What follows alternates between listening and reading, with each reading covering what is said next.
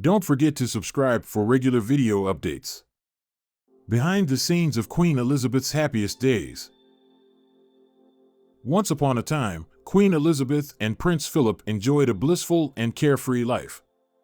However, everything changed in an instant. They had to wrap up their affairs, pack their belongings, and return to London. Prince Philip, who considered his naval service his true calling, was as gloomy as a storm cloud. A single letter shattered the fairy tale of their free life. In 1947, the wedding bells rang as Princess Elizabeth married Prince Philip, the Duke of Edinburgh. A year later, they welcomed their son Charles, followed by the lovely baby, and 2 years after that.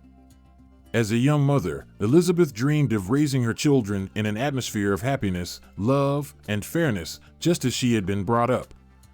However, the time for their first separation arrived rather quickly. As a devoted wife, Princess Elizabeth followed her husband, who had been called to the island of Malta due to his service duty. They spent almost a year on the island, which turned out to be the happiest time in Elizabeth and Philip's lives. For the first time, the princess could do everything that ordinary people did. She managed their household, swam, and sunbathed without the burden of suffocating etiquette that constrained her daily life. She visited a regular hair salon, received guests, and made reciprocal visits. Princess Elizabeth drove her own car and even took money out of her wallet to buy groceries. After all, royal figures are not known for carrying money with them. Elizabeth's friend, Pamela Hicks, said it was the only place in the world where she could lead the life of a naval officer's wife, like all the other wives. They relaxed. They felt completely free, coming and going as they pleased. "I think it was the happiest time for them," recalled John Dean, Philip's equerry. While the princess embraced her role as a homemaker and officer's wife, Prince Philip pursued his dreams. He became the captain of a ship, commanding the Royal Navy frigate Magpie.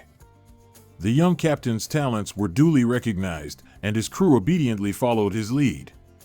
On the ship, Philip abolished titles and participated in dinghy races on equal footing with everyone else. They soon began searching for a new home to bring their children to Malta.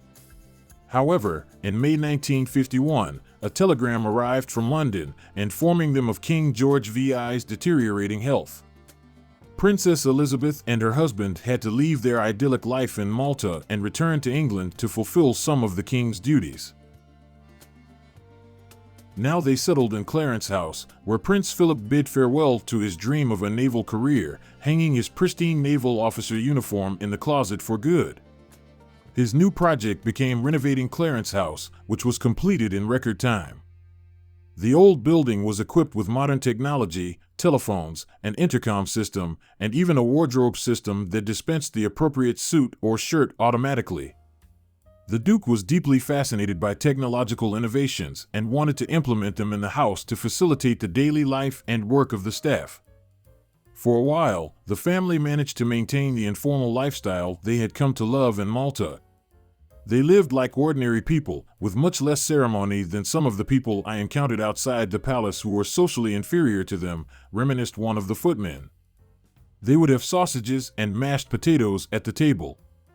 Prince Philip took the children to the nearby open-air swimming pool, teaching them to swim and playing ball with them. The family was often seen in the park, where they played with other children. However, their carefree life came to an end with the death of King George VI. At that time, Elizabeth and Philip were on a visit to Kenya. When Elizabeth returned from the trip, she became queen. From then on, a completely different life awaited her. What do you think about Queen Elizabeth and Prince Philip's time in Malta?